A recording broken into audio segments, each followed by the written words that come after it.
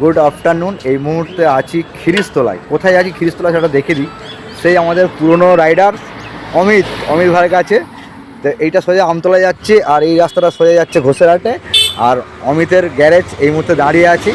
তো অমিতের কাছে একটা আমার গাড়ির প্রবলেম এসেছি। প্রবলেমটা হচ্ছে অমিত হচ্ছে এই মেশিনটা কিনেছে এবং আরও দুটো মেশিন বললো আপডেট করবে, নিয়ে আসবে। তো এটুকু বলতে পারি, তোমরা গাড়িতে যাদের সেন্সারের প্রবলেম আছে নানা রকম, যে গাড়িতে এখন BS6-এর গাড়ি সেন্সারের প্রবলেম, সেই কাজ অমিত এখন করছে বর্তমানে। তো গাড়ি আমার প্রবলেম অমিত আপাতত সলভ করে দিয়েছে। যে প্রবলেম, আচ্ছা অমিত বলো ব্যাপারটা কী হয়েছিল, কী কী প্রবলেম সলভ করলে ব্যাপারটা বলো একটু।